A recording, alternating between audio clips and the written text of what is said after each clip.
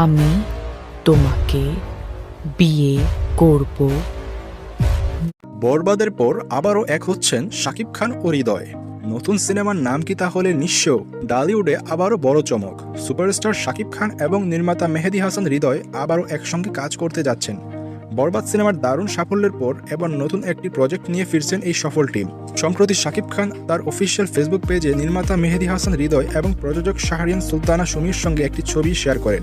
ক্যাপশনে তিনি লেখেন, বরবাদ টিম আবারও ফিরছে, আবারও ইতিহাস তৈরি করা যাক।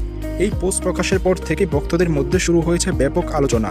বিভিন্ন সূত্রে জানা গেছে নতুন সিনেমাটির সম্ভাব্য নাম নিঃস্ব, যদিও এখনও আনুষ্ঠানিকভাবে সিনেমার নাম বা গল্প প্রকাশ করা হয়নি। শাকিব খানের অভিনয় প্রায় নিশ্চিত হলেও তার বিপরীতে কোন নায়িকা দেখা যাবে তা এখনও রহস্যই রয়ে গেছে।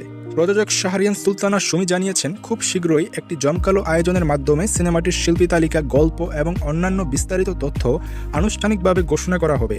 এরপরই শুরু হবে সিনেমাটির শুটিং। সবকিছু পরিকল্পনা অনুযায়ী এগোলে সিনেমাটি 2027 সালে ঈদুল ফিতরে দেশ বিদেশের প্রেক্ষাগৃহে মুক্তি পাবে। এখন প্রশ্ন একটাই, বরবাদের মতো এবারও কি নতুন ইতিহাস গড়তে পারবে শাকিব খানের নতুন সিনেমা নিঃস্ব? এমন আরও সর্বশেষ ডালিউড আপডেট পেতে আমাদের সঙ্গে থাকুন। ধন্যবাদ।